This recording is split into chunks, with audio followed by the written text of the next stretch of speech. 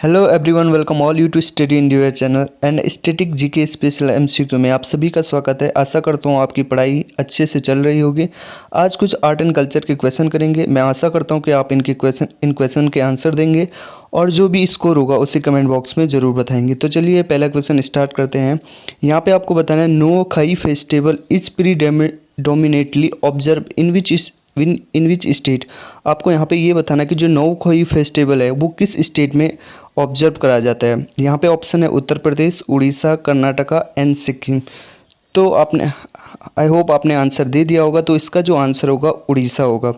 उड़ीसा, नौखई का मतलब नौ मतलब न्यू होता है, खई का मतलब होता है फूड। ओके, जब राइस की जो फसल है जब उगती है और उसको कटाई के बाद जब उसको पकाया जाता है फर्स्ट टाइम पे, तो उड़ीसा में इसी चीज़ को नौखई फेस्टिवल कहते हैं और उड़ीसा में ये देखने को मिलती है हमें नौखई फेस्टिवल। यहाँ पे उत्तर प्रदेश में रामलीला होती है, कर्नाटका में Yakshagana is very important. Okay, इसके बाद सिक्किम में लोसई फेस्टिवल मनाए जाते हैं। ओके, तो इस तरीके से आप चीज़ें याद रखनी है।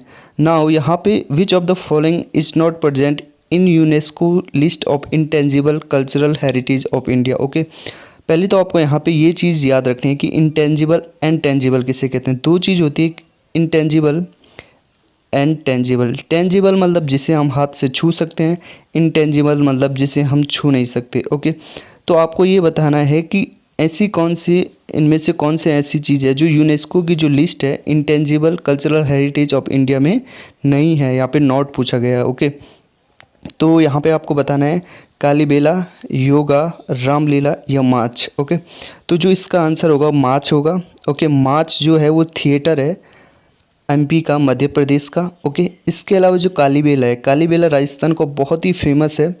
राजस्थान में ये बहुत ही फेमस है। ओके, सपेरे होते हैं, जो सपेरे के सामने जब डांस किया जाता है तो कालीबेला उसी फेस्टिवल का नाम है।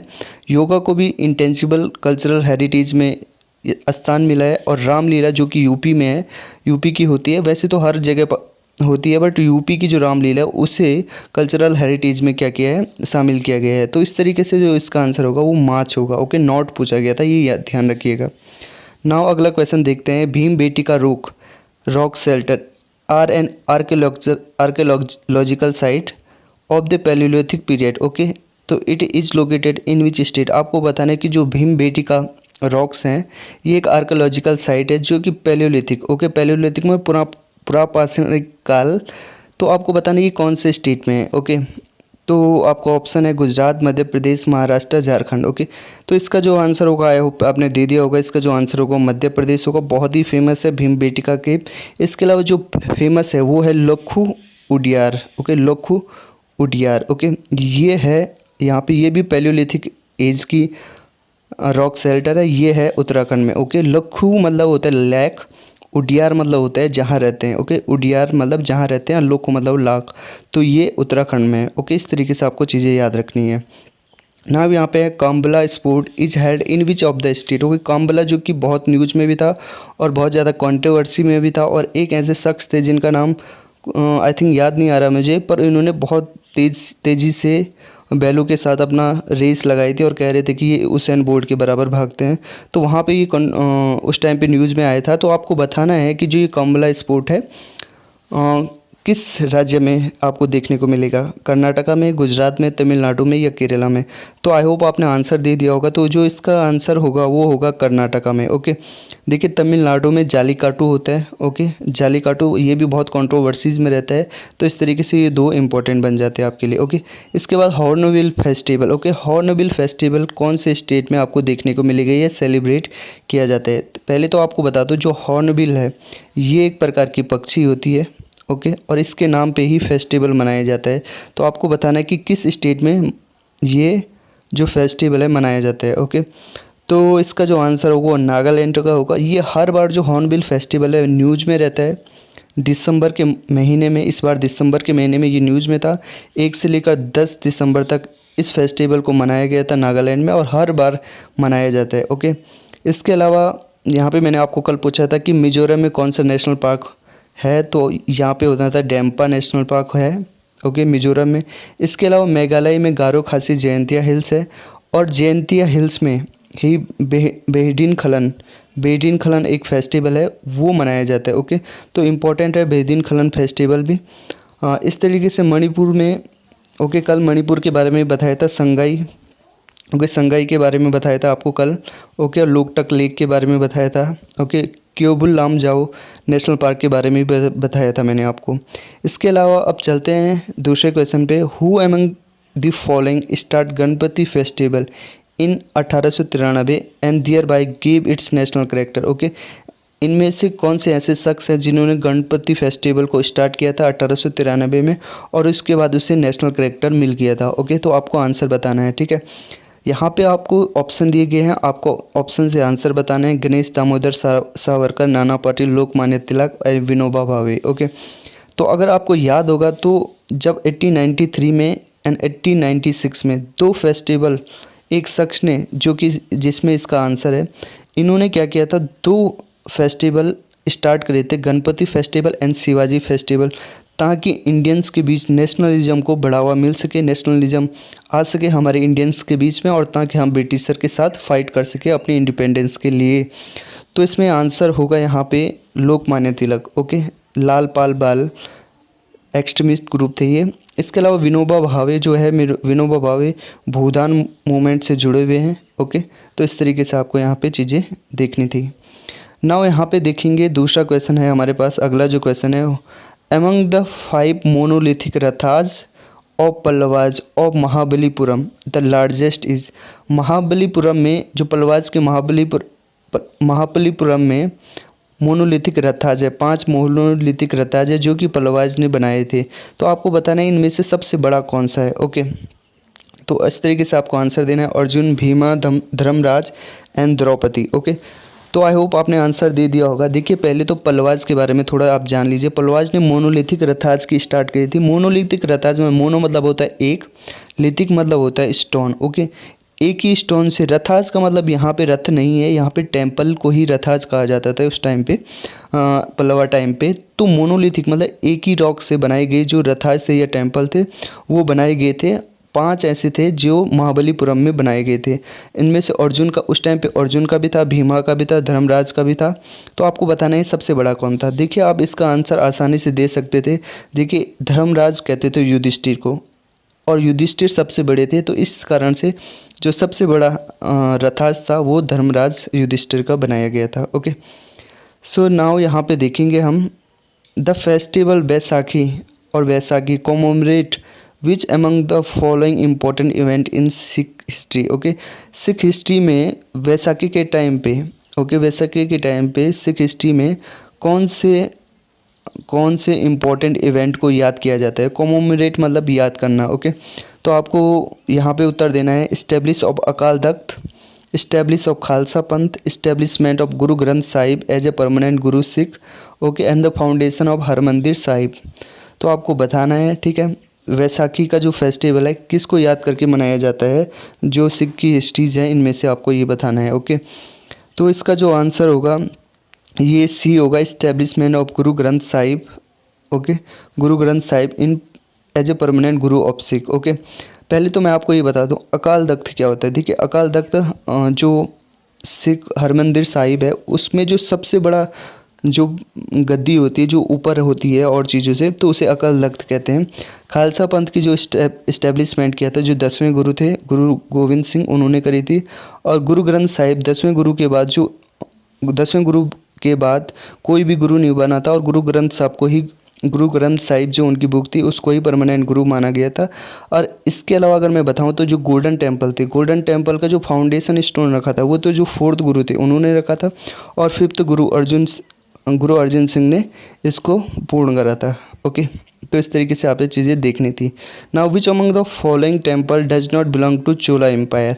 चोला एम्पायर ने कुछ टेम्पल बनाए थे, तो आपको ये बताना कि इनमें से ऐसा कौन सा टेम्पल है जो कि चोलाज ने नहीं बनाया था। ओके, तो पहला है Brihadeeswara temple, okay, Kuranganatha temple, okay, Kailasanatha temple and Airavatesvara temple.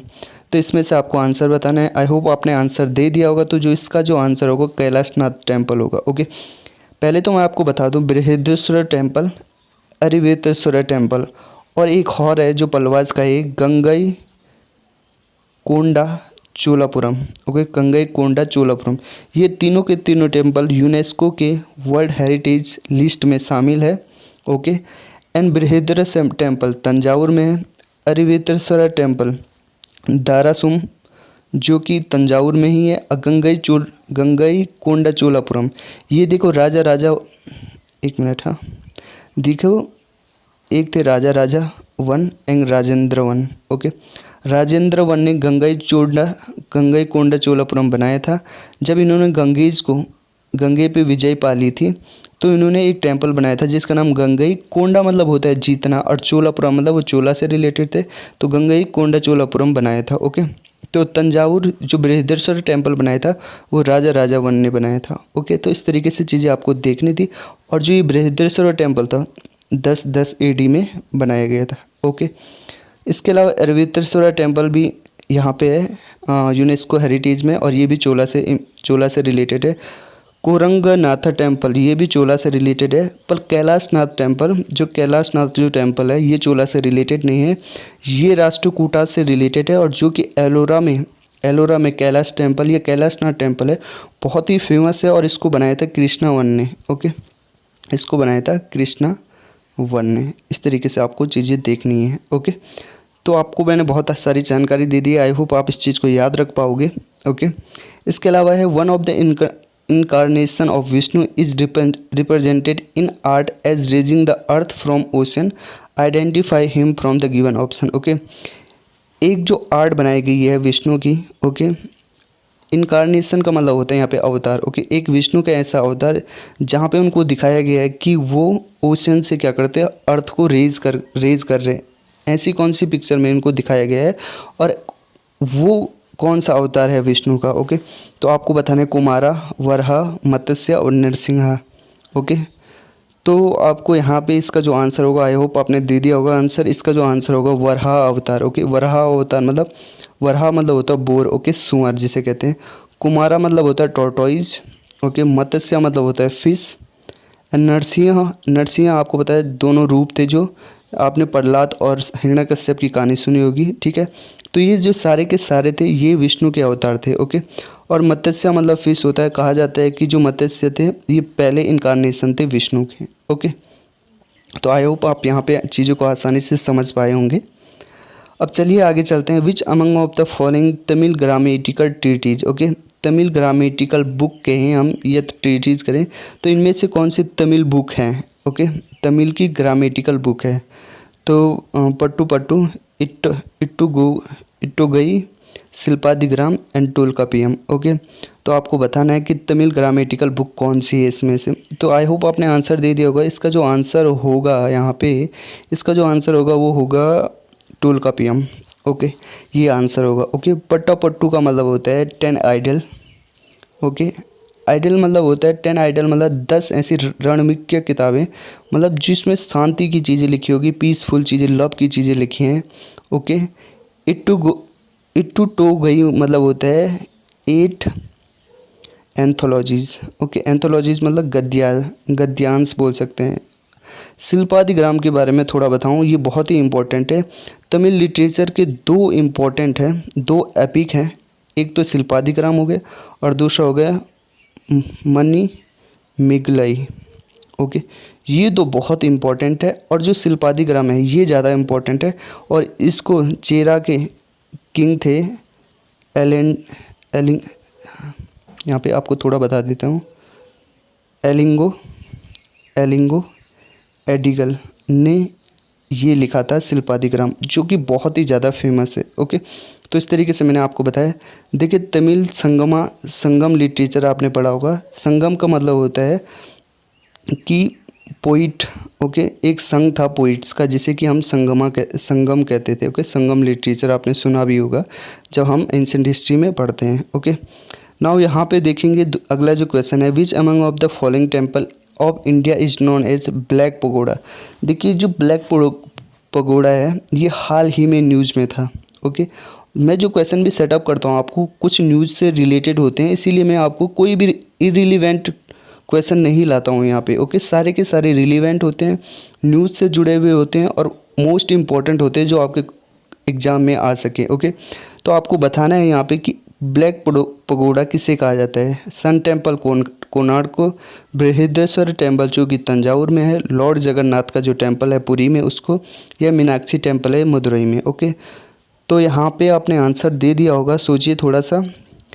तो जो आंसर है इसका होगा कोणार्क। कोणार्क का जो सूर्य मंदिर है जो कि उड़ीसा में है, इसको ब्लैक पगोड़ा कहा जाता है। ओके, पगोड़ा मतलब क्या होता है? देखिए आपने, पगोड़ा मतलब जैसे सांची का स्तूपा है ना, तो स्तूपा से ही रिलेटेड, स्तूपा का जो अलग सा स्ट्रक्चर होता है ना स्तूपा का, उसको पगोड़ा कहा जाता है। ओके, और लैंड ऑफ पगोड़ा किसे कहा जाता है? म्यांमार को कहा जाता है। ओके, इस तरीके से आपको याद रखना है। पगोड़ा जापान में भी बहुत फेमस है, म्यांमार में तो लैंड ऑफ पगोड़ा कहा जाता है। ओके, इसकी पिक्चर आप ज़रूर देख लीजिएगा पगोड़ा की। ओके, बृहदेश्वर टेम्पल जो मैं आपको बता चुका हूँ, लॉर्ड जगन्नाथ टेम्पल पुरी में है, ये भी उड़ीसा में है। ओके, और एक और चीज़, जो लॉर्ड जगन्नाथ है ये 4 धाम में से एक है। ओके, 4 धाम कौन कौन से हैं? 4 धाम है, ये देखिए, यहाँ द्वारका, यहाँ जगन्नाथ, यहाँ बद्रीनाथ और यहाँ रामेश्वर। 4 जगह 4 धाम हो गए। ओके, वैसे ही उत्तराखंड में भी 4 धाम है। ओके, वो ये इंडिया के हैं, और उत्तराखंड के जो 4 धाम है, गंगोत्री, केदारनाथ, बद्रीनाथ, गंगोत्री एंड यमुनोत्री। ओके, ये 4 धाम मैं इसलिए बता रहा हूँ क्योंकि ये अभी न्यूज़ में भी था। ओके, इस पे चंबा टनल बनाई गई थी अभी। ओके, इसके अलावा मीनाक्षी टेम्पल जो कि मदुरई में है। मीनाक्षी का मतलब होता है मछली की आँख। ओके, मछली की आँख। ओके, तो इस तरीके से था। नाउ यहाँ पे क्वेश्चन पूरे हो गए हैं, तो आई होप आपने इनके आंसर दिए होंगे। अपना अपना स्कोर प्लीज़ ज़रूर कमेंट बॉक्स में बताइएगा मुझे।